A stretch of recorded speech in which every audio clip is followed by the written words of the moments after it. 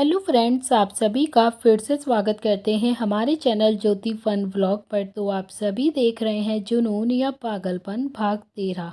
इससे पहले इस कहानी के 12 भाग अपलोड हो चुके हैं चैनल पर। प्लीज़ आप सभी लोग वो भाग ज़रूर पढ़ लीजिएगा। तो आप सब ने अब तक पढ़ा था, अवनी अपनी फ्रेंड रूही से मिलने जाती है। जहां अमन गाड़ी चला रहा था तो अवनी रणवीर के बारे में अमन से कुछ पूछना चाहती थी, मगर लाख कोशिश करने के बाद भी वो नहीं पहुंच पाती है और मन ही मन सोचकर थोड़ा सा उदास होकर बाहर की तरफ देखने लगती है। तो अब देखते हैं आगे। काफ़ी देर तक अवनी कुछ भी नहीं बोली तो अमन ने ही अपना सवाल अवनी से पूछा, मैम आप परेशान दिख रही हैं, क्या आपको कुछ चाहिए? तो अमन की बात सुनकर अवनी थोड़ा सा हिचकिचाते हुए बोली, जी। वो आपका नाम क्या है? अवनी की प्यारी सी आवाज़ सुनकर अमन थोड़ा सा मुस्कुराकर बोला, हमारा नाम अमन है। मैं बॉस का ड्राइवर हूँ और उनका बॉडीगार्ड भी। अमन की बात सुनकर अवनी उसे देखकर थोड़ा कंफ्यूजन में बोली, हम जब से यहाँ पर आए हैं तब से देख रहे हैं कि आप हर वक्त उनके साथ ही रहते हैं।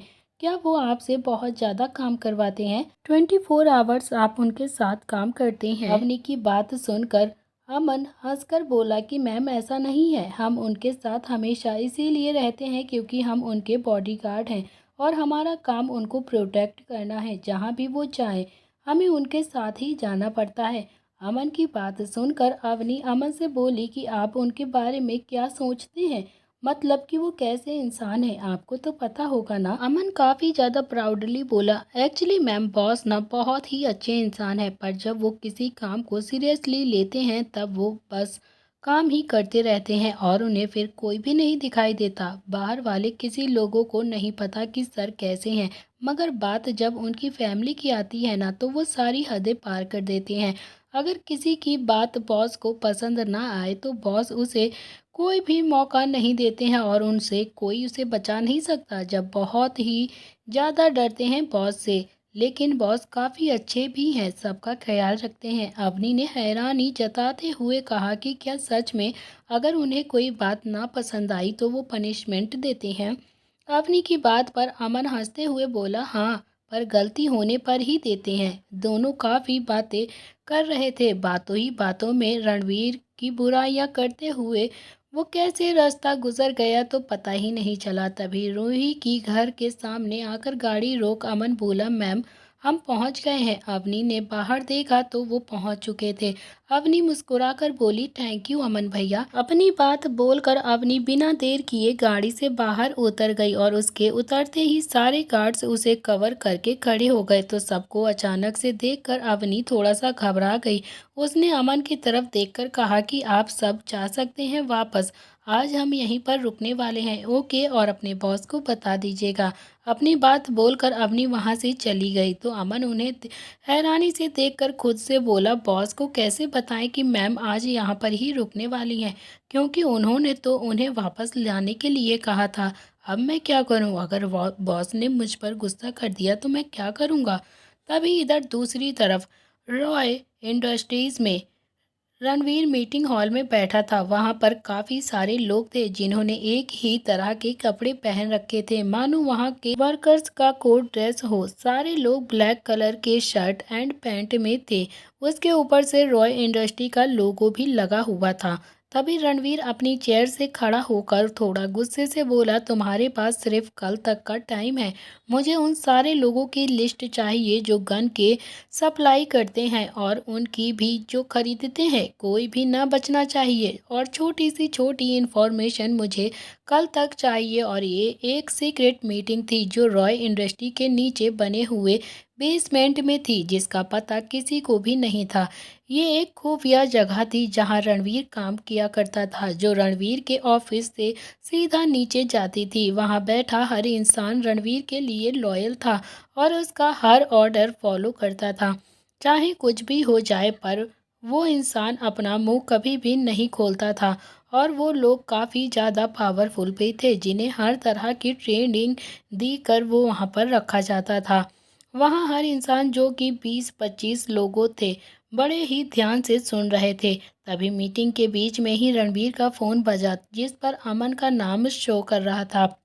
अमन का कॉल देखकर रणवीर ने उसे उठा लिया और जैसे ही रणवीर ने कॉल उठाई वैसे ही सारे लोगों के चेहरे पर हैरानी छा गई थी, क्योंकि ये सभी लोग जानते थे कि रणवीर मीटिंग के बीच में थोड़ा सा भी डिस्टरबेंस बर्दाश्त नहीं करता था। अगर कोई आदमी सांस भी ऊंची लेता तो रणवीर के गुस्से से बच नहीं पाता था। तो उनकी हैरानी तब बढ़ गई जब रणवीर ने फोन पर कहा कि क्या वो पहुंच गई।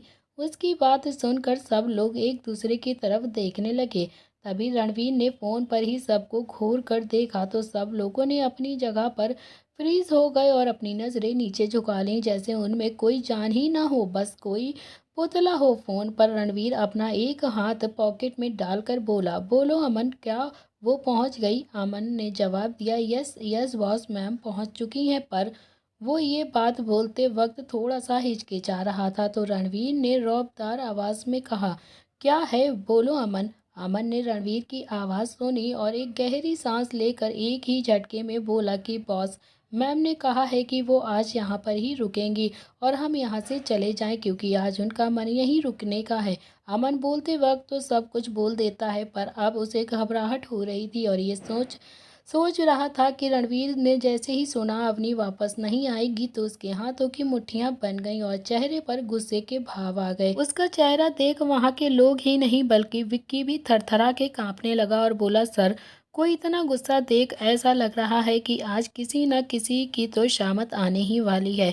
अमन भी रणवीर के जवाब का वेट कर रहा था। तभी रणवीर बोला कि तुम वहीं पर रुको और उसे किसी भी तरह की तकलीफ नहीं होनी चाहिए।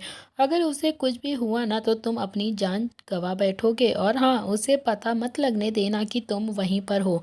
रणवीर का ऑर्डर कम, धमकी ज़्यादा लग रही थी, जिसे सुनकर अमन ने होश में आते हुए कहा, ओके बॉस, और फ़ोन को कट कर दिया। इधर रणवीर फ़ोन रखते ही उसकी पकड़ फ़ोन पर कस गई और उसने अपनी आंखें बंद कर दी और मन ही मन बोला, जान, आप समझती क्यों नहीं हैं, हम नहीं रह पाएंगे आपके बिना, मगर आप हैं जो हमें तकलीफ देने का एक भी मौका नहीं छोड़ती। आपको इसकी पनिशमेंट तो ज़रूर मिलेगी। रणवीर ने अपनी आंखें खोली और कड़क आवाज़ में कहा, जो मैंने कहा है वो हो जाना चाहिए, और विक्की को आवाज़ देकर कहा कि विक्की, कम नाउ। रणवीर काफ़ी ज़्यादा गुस्से में वहाँ से निकला और उसके जाने के बाद सब ने गहरी सांस ली, मानो अभी अभी मौत के मुंह से बाहर आए हों। तभी रणवीर का ऑरा जो सबको डरा देता था, उसकी एक आवाज़ ही काफ़ी थी सबको डराने के लिए। रणवीर काफ़ी ज़्यादा गुस्से से अपने ऑफिस से बाहर निकला था तो विक्की भी उसके पीछे आ गया। इधर रूही का घर, अवनी रूही के घर के दरवाजे पे खड़ी थी और वहां जाने के लिए एक गेट था जहां पर गार्ड्स खड़े हुए थे। तभी रूही के पापा एक बिजनेसमैन थे, तो ये लाजमी था कि वहां पर सिक्योरिटी के कड़े इंतजाम होंगे। अवनी वहां गार्ड के पास गई और बताया कि वो रूही की दोस्त है। तभी गार्ड ने भी बड़े ही आदर से कहा कि मैडम, आप यहीं पर रुकिए, हमें उन्हें बताते हैं। तभी गार्ड की बात सुनकर अवनी वहीं पर रखे टेबल पर वेट करने लगी। थोड़ी ही देर बाद रूही को जैसे ही पता चला कि अवनी आई है, वो भागती हुई बाहर आई और अवनी से मिलने के लिए बाहर निकली। तो अवनी और रूही ने एक दूसरे को देखा तो जल्द ही एक दूसरे को गले लगाने के लिए आगे बढ़ी। जाके गले लग गए तो रूही ने कहा कि बेबी, तू आ गई, आई मिस यू यार। अवनी उसे एक छोटी सी चपट लगाते हुए बोली, बड़ी आई मिस करने वाली, अभी परसों ही तो मिली थी ना। तभी अवनी के जवाब से दोनों एक दूसरे से अलग होकर रूही थोड़ा नाराजगी से बोली कि हाँ, तो क्या हुआ, इतने सालों बाद ये दूसरी बार ही है जो मैंने तुझे देखा है, समझी तू? अवनी भी थोड़ी सी उदास होकर बोली, अरे बस कर यार, रुला कर मानेगी क्या? और तू क्या मुझे बाहर ही खड़ा रखेगी या अंदर भी लेकर जाएगी? तभी रूही अवनी की बातों से खुद को चपट लगाते हुए बोली, अरे हाँ, मैं तो भूल ही गई, चल, मम्मी पापा कब से इंतजार कर रहे हैं तुम्हारा, मुझसे ज़्यादा तो वो तुझसे मिलने के लिए बेताब हो रहे हैं। तभी रूही अवनी का हाथ पकड़कर अंदर की तरफ जाने लगी, पर एक कदम ही चली थी कि उसे कुछ याद आया और वो पीछे मुड़ी और गार्ड्स की तरफ देखकर बोली, अंकल, ये मेरी दोस्त है अवनी, आगे से आपको इसे बाहर रोकने की ज़रूरत नहीं है, ओके? उस गार्ड ने भी अपना सर हाँ में हिलाया और कहा कि जी मैडम। ये देखकर वो दोनों ही अंदर की तरफ चली गई। तभी अंदर जाते ही हॉल में सोफे पर रूही के पेरेंट्स बैठे हुए थे, जो अवनी को देखकर खुश हो गए और उसे मिलने के लिए उठ के खड़े हो गए। तभी रूही के पापा का नाम प्रकाश सिंह था तो उसकी मॉम का नाम सविता सिंह था। प्रकाश जी एक बिजनेसमैन थे। अवनी थोड़ा सा भावुक और खुश होकर बोली, नमस्ते आंटी, नमस्ते अंकल, कैसे हो आप लोग। तभी रूही की मॉम अवनी को गले लगाकर बोली, हम ठीक हैं बेटा, आप कैसी हो। तभी अवनी ने भी उन्हें जवाब दिया कि हम ठीक हैं आंटी। तभी रूही के पापा अवनी के सर पर हाथ फेर कर बोले, आप बहुत ही बड़ी हो गई हो अवनी बेटा, जब देखा था तब आप एक छोटी सी गुड़िया की तरह थी। अवनी थोड़ा इमोशनल हो गई उनसे मिलकर, तो रूही उसके मूड को लाइट करने के लिए बोली, मॉम डैड, अवनी क्या आई, आप तो हमें भूल ही गए, हम भी तो आपकी ही बेटी हैं। ये सब रूही ने नौटंकी करते हुए बोला था, जो उन दोनों को अच्छे से समझ आ गया था। पर पापा तो पापा ही होते हैं ना। वो बोले, अरे आप तो नाराज़ हो गई, आप तो जान हैं हमारी, हम आपसे भी प्यार करते हैं। तभी रूही की मॉम रूही और उनके हस्बैंड की तरफ देखते हुए बोली, आप दोनों ना कभी भी नहीं सुधर सकते, चलिए अभी चलते हैं, और वैसे भी बहुत देर हो गई है। अवनी उनकी तरफ देखकर बोली, आंटी हम अभी तो आए हैं और आप अभी जा रही हैं, रुकिए थोड़ी देर। तभी प्रकाश जी बोले, सॉरी बेटा, पर हम वहाँ पर नहीं गए ना, तो वहाँ फंक्शन भी शुरू नहीं होगा। सविता जी भी उनका साथ देते हुए बोली, हाँ बेटा, और वैसे भी रूही ने बताया है कि आप कुछ दिन यहीं पर रहेंगी, और वैसे भी रूही तो है ही ना, आप दोनों ढेर सारी बातें करना। तभी रूही उनको देखकर अवनी के कंधे पर हाथ रखकर बोली, आप दोनों जाइए, हम हैं ना अभी का ध्यान रखने के लिए। उन दोनों ने भी एक स्माइल पास की और जाने लगे। तभी अवनी और रूही दोनों ने ही उन्हें बाय बोला, और उनके जाने के बाद रूही बोली, बेबी तू पहली बार मेरे घर पर आई है, चल तुझे अपना घर दिखाती हूँ। तभी रूही का घर काफ़ी ज़्यादा बड़ा था, पर रणवीर के पैलेस के से थोड़ा सा छोटा था। रूही का घर और उसका कमरा सब बहुत ही ज़्यादा खूबसूरत था।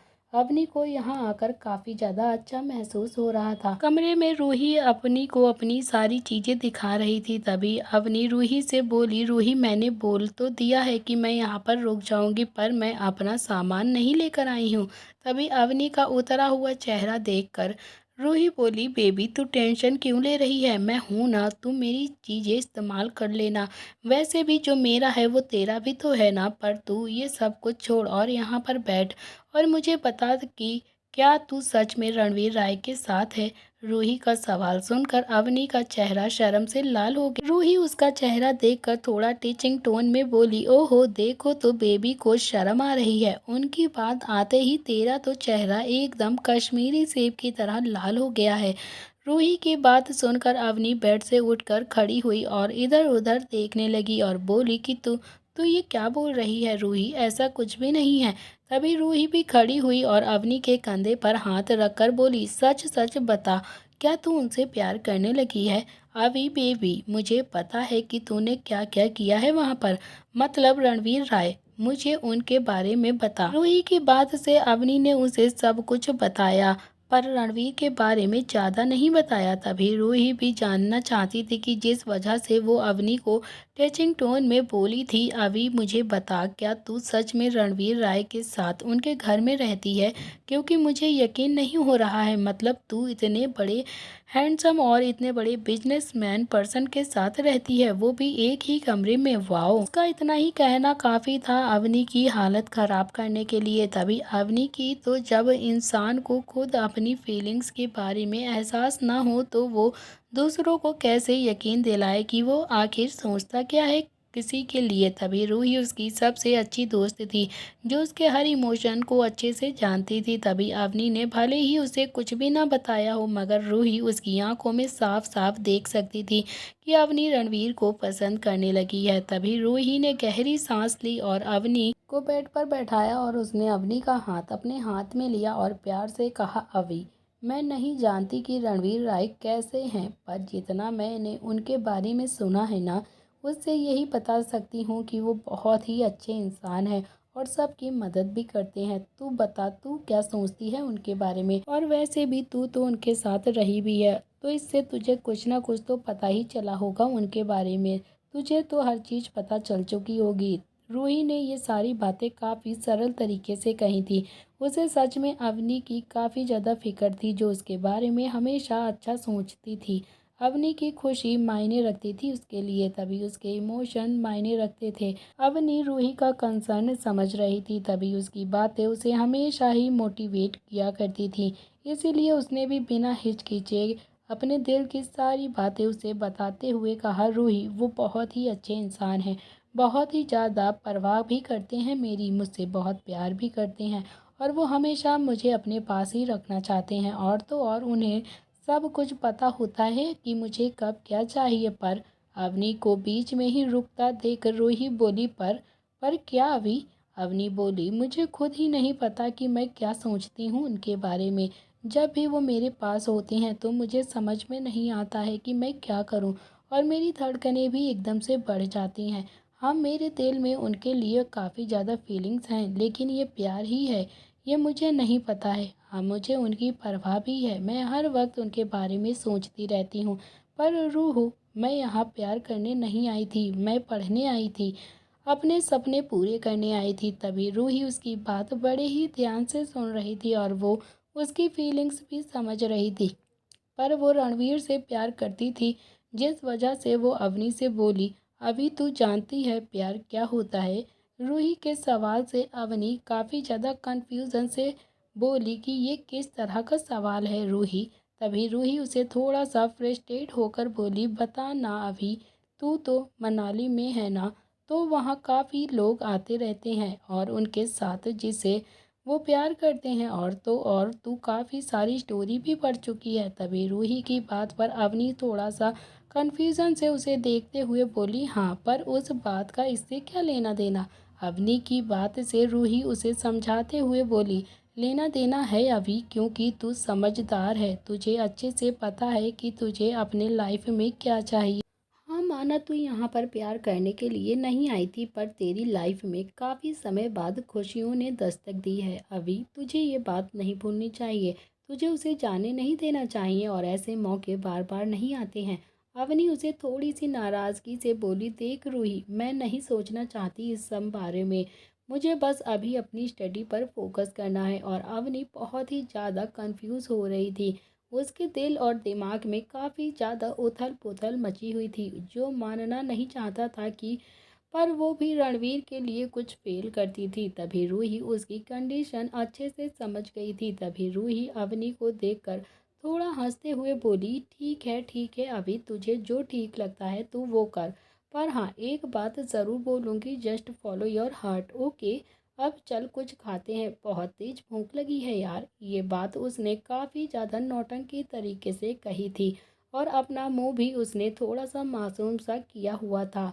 उसकी नौटंकी समझकर अवनी बोली, नौटंकी कहेगी, चल आज तुझे अपने हाथों से खाना बनाकर खिलाती हूँ। वो दोनों उठी और हंसते हुए बात करते करते किचन की तरफ चली गई। तभी किचन में पहुंचकर अवनी बोली, रूह बता क्या खाओगी तुम?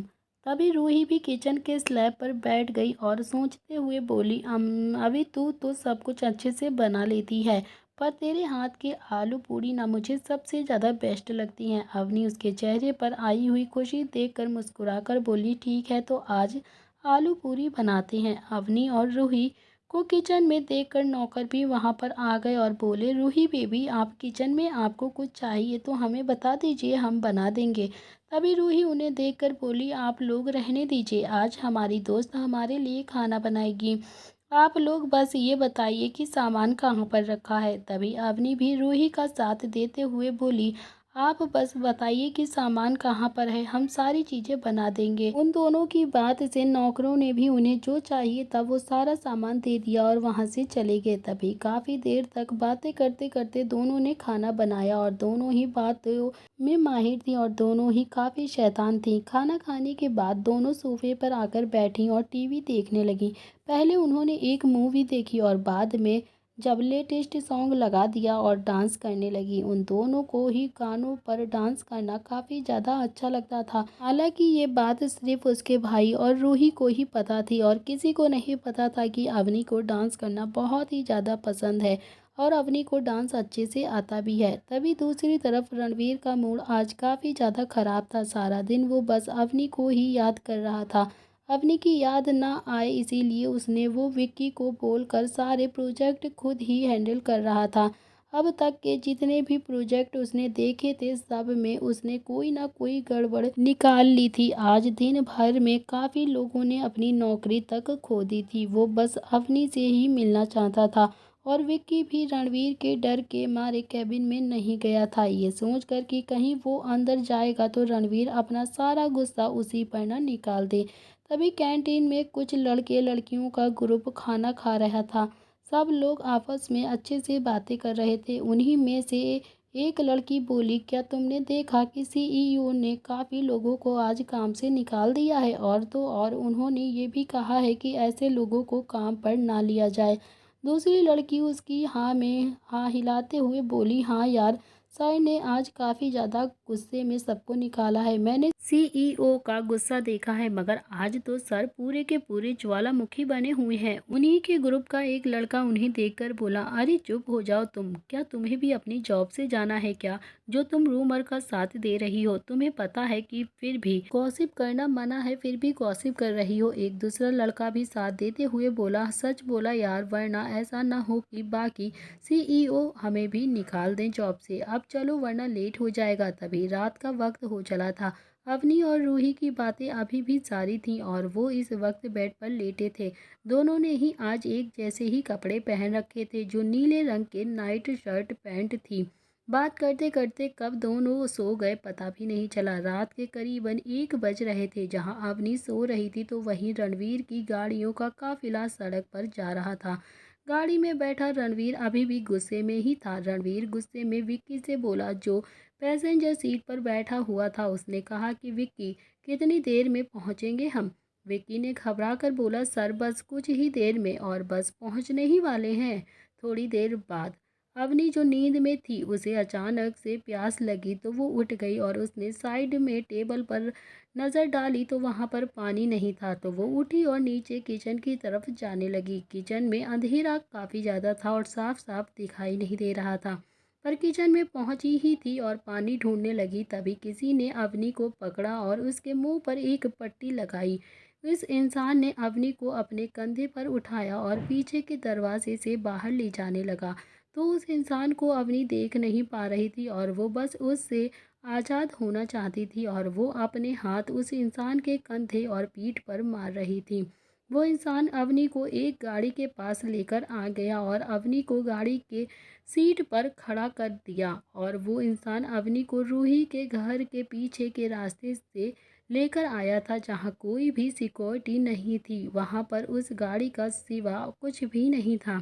तभी अवनी अभी उस इंसान का चेहरा तो नहीं देख पाई थी, बस अपने आप को छुड़ाने में लगी हुई थी। वो उस इंसान को अपने हाथों से मार रही थी पर उसे कोई भी दर्द नहीं हो रहा था क्योंकि वो इंसान बहुत ही ज़्यादा पावरफुल था। उस इंसान ने कुछ सेकंड तक अवनी को देखा और फिर बिना देर किए उसके चेहरे का टॉप निकाला और उसे किस करने लगा। तभी उसकी किस बहुत ही ज़्यादा पेशेंट और डीप थी, पर उसमें काफ़ी ज़्यादा शिकायतें और गुस्सा नज़र आ रहा था, जैसे वो बहुत ही ज़्यादा गुस्सा हो जो अवनी पर निकाल रहा था। ये रणवीर ही था जो अवनी के ना होने से बहुत ही ज़्यादा परेशान हो गया था और उसके लिए यहाँ पर आ गया था। रणवीर पूरा पागल बनता जा रहा था। तभी रणवीर अवनी के बिना एक भी पल नहीं रह पाया और उससे मिलने के लिए यहाँ पर आ गया था।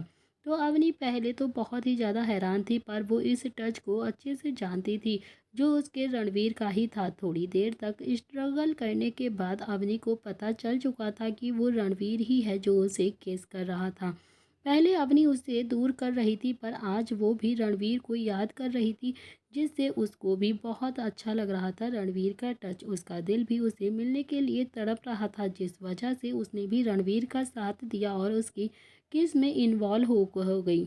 ऐसा क्यों होता था कि जब भी वो रणवीर को किस करती थी तो उसमें खो जाया करती थी। वो प्यार तो नहीं करती थी रणवीर से, पर क्यों जब भी वो उसके पास होता था तो वो उसे किस करने देती थी जो कभी भी करना चाहता था। रणवीर अवनी को किस कर रहा था तो पर अब वो उसे बाइट भी कर रहा था। अवनी ने नोटिस किया तो उसे दूर करने लगी, पर आज रणवीर कहाँ रुकने चाहता था। वो उसे नहीं छोड़ता, पर अब अवनी की सांस भी नहीं आ रही थी और उसकी सांसें उखड़ रही थी तो वो अचानक ही रणवीर की बाहों में ही बेहोश हो गई। तभी रणवीर तो मानो जैसे जान ही निकल गई हो उसकी। उसने उसे उठाया और गाड़ी की सीट पर बैठाते हुए बोला, जान आप बेहोश नहीं हो सकती। रणवीर अवनी को अपनी गोद में बैठाकर उसके गाल को थपथपाते हुए बोला, जान क्या हुआ है, उठो आप बेहोश नहीं हो सकती, प्लीज़ प्लीज़ उठो, देखो मेरी जान निकल रही है आपको ऐसे देखकर। तभी रणवीर का इतना आवाज़ देने पर भी अवनी नहीं होती है होश में, तो वो वहाँ पर रखी बोतल से पानी की कुछ बूंदें अवनी के मुंह पर मारने लगता है। पर अवनी अभी भी होश में नहीं आई थी और काफ़ी कोशिश करने के बाद भी अवनी जब होश में नहीं आई तो रणवीर काफ़ी ज़्यादा परेशान हो गया, मगर अचानक ही उसे कुछ याद आया तो उसके चेहरे के भाव बदल गए। तभी रणवीर ने अवनी को सीट पर लिटाया और उसके मुंह को अपने हाथों से थोड़ा सा ओपन किया और उसने एक पल की भी देरी नहीं की और अवनी को सीपीआर देने लगा। डीप किस से अवनी की सांसें उसके गले में अटक गई थी जो सीपीआर से खुल सकती थी। सीपीआर एक ऐसा इलाज है जो सांस न आने पर किया जाने वाला उपचार है जो बहुत ही ज़्यादा इमरजेंसी में काम आता है। ये एक कॉमन सी बात थी, पर रणवीर एक रॉय एजेंट था जो उसे इसके बारे में डिटेल्स में पता होना लाजमी था। एक दो बार सीपीआर देने पर अवनी होश में आ रही थी। जैसे ही वो होश में आई वो खांसने लगी और तेज तेज सांसें लेने लगी और वो थोड़ी ही देर बाद रिलैक्स हुई तो रणवीर ने उसे कसकर गले लगा लिया और क्योंकि सच में काफ़ी ज़्यादा डर गया था रणवीर, उसने ऐसे ही काफ़ी देर तक अवनी को अपने गले लगाए रखा। तो अवनी भी अभी अभी होश में आई थी तो उसने भी रणवीर को अपने मन की करने दी और थोड़ा रिलैक्स होकर रणवीर ने पूछा, आर यू ओके जान, आप नहीं जानती कि कितना ज़्यादा डरा दिया था आपने हमें, जान निकल गई थी हमारी आपको ऐसे देखकर। तभी अवनी रणवीर की बात पर थोड़ी सी रुआसी होकर बोली, आप समझते क्या है खुद को, एक तो आप हमें आपकी वजह से ही बेहोश हो गए और आपको अपनी पड़ी है, इस तरह कौन किस करता है बोलिए। अवनी रणवीर के बर्ताव से काफ़ी ज़्यादा गुस्सा हो गई थी। तभी उसका किस आज अवनी की जान भी ले सकता था। रणवीर बस उसे गले लगाए चुपचाप सब कुछ सुन रहा था। तो अवनी फिर से गुस्से में रणवीर से थोड़ा सा दूर हो गई और उसकी आंखों में देखकर बोली, आपने हमें किडनैप क्यों किया है, बोलिए, क्या आप बोल नहीं सकते थे, हमें उठाकर लाने की क्या ज़रूरत थी आपको, पता है हम कितना ज़्यादा डर गए थे, हमारी जान निकल रही थी जब आप हमें कंधे पर ले जा रहे थे, कम से कम आप हमें बोलते तो हम आपके साथ खुद ही आ जाते, इस तरह से किडनैप करने की कोई ज़रूरत ही ना पड़ती आपको। अवनी की ये प्यारी सी शिकायतें सुनकर रणवीर की उदासी एकदम से गायब हो गई और वो मुस्कुराकर अवनी को देखने लगा। तभी उसने अपने दोनों हाथ अवनी की कमर पर ले जाते हुए उसे अच्छे से बैठाया ताकि वो गिर ना जाए। तभी रणवीर ने अवनी के गाल पर एक छोटी सी प्यारी सी किस दी और बोला कि आई एम सॉरी जान, पर ये ना आपकी ही सारी गलती है इसमें, क्योंकि हमने तो आपको सिर्फ आपके दोस्त से मिलने के लिए बोला था, ना कि वहाँ पर रुकने के लिए, और ना ही आपकी कहीं पे भी रुक सकती हैं, हम बहुत ही ज़्यादा परेशान हो जाते हैं ये सब करते ही ना हम। अवनी ने रणवीर की बात सुनी और वो थोड़ा सा हैरान हो गई और वो अपने दोनों हाथ अपने सीने पर रखकर उसे देखने लगी। वो अपने दोनों गाल फुलाकर बोली, आप झूठ बोल रहे हैं। रणवीर अवनी के चेहरे को देख काफ़ी ज़्यादा एक्साइटेड हो गया था, क्योंकि इस लुक में अवनी काफ़ी ज़्यादा क्यूट लग रही थी और बहुत ही ज़्यादा हॉट लग रही थी। एक तो अवनी उसके गोद में ही थी और तो और उसके बेहद ही ज़्यादा करीब थी। रणवीर का तो दिल कर रहा था बस अभी अवनी को दोबारा से केस कर ले। तभी वो दोनों एक दूसरे की आंखों में देखने लगते हैं तो वहीं अवनी रणवीर की बाहों में और भी ज़्यादा सिमट जाती है। तो दोस्तों, इसी के साथ इस कहानी का यह अध्याय यहाँ पर समाप्त हो रहा है। अगर आप जानना चाहते हैं इस कहानी में अब आगे क्या होने वाला है, तो आपको देखना पड़ेगा इस कहानी का अगला भाग। कहानी पसंद आए तो प्लीज़ चैनल को लाइक शेयर सब्सक्राइब ज़रूर करना फ्रेंड्स। कहानी में कुछ वर्ड्स गलत टाइप हो गए हैं तो उसके लिए हम आपसे फिर से माफ़ी चाहते हैं, मगर कहानी बहुत ही ज़्यादा इंटरेस्टिंग है। प्लीज़ लास्ट तक ज़रूर देखिएगा और कहानी का कौन सा मोमेंट सबसे ज़्यादा आपको पसंद आया वो मोमेंट कमेंट बॉक्स में ज़रूर लिख कर बताइएगा। तो आज के लिए इतना ही, मिलते हैं इस कहानी के नेक्स्ट पार्ट में। Thank you friends, bye bye.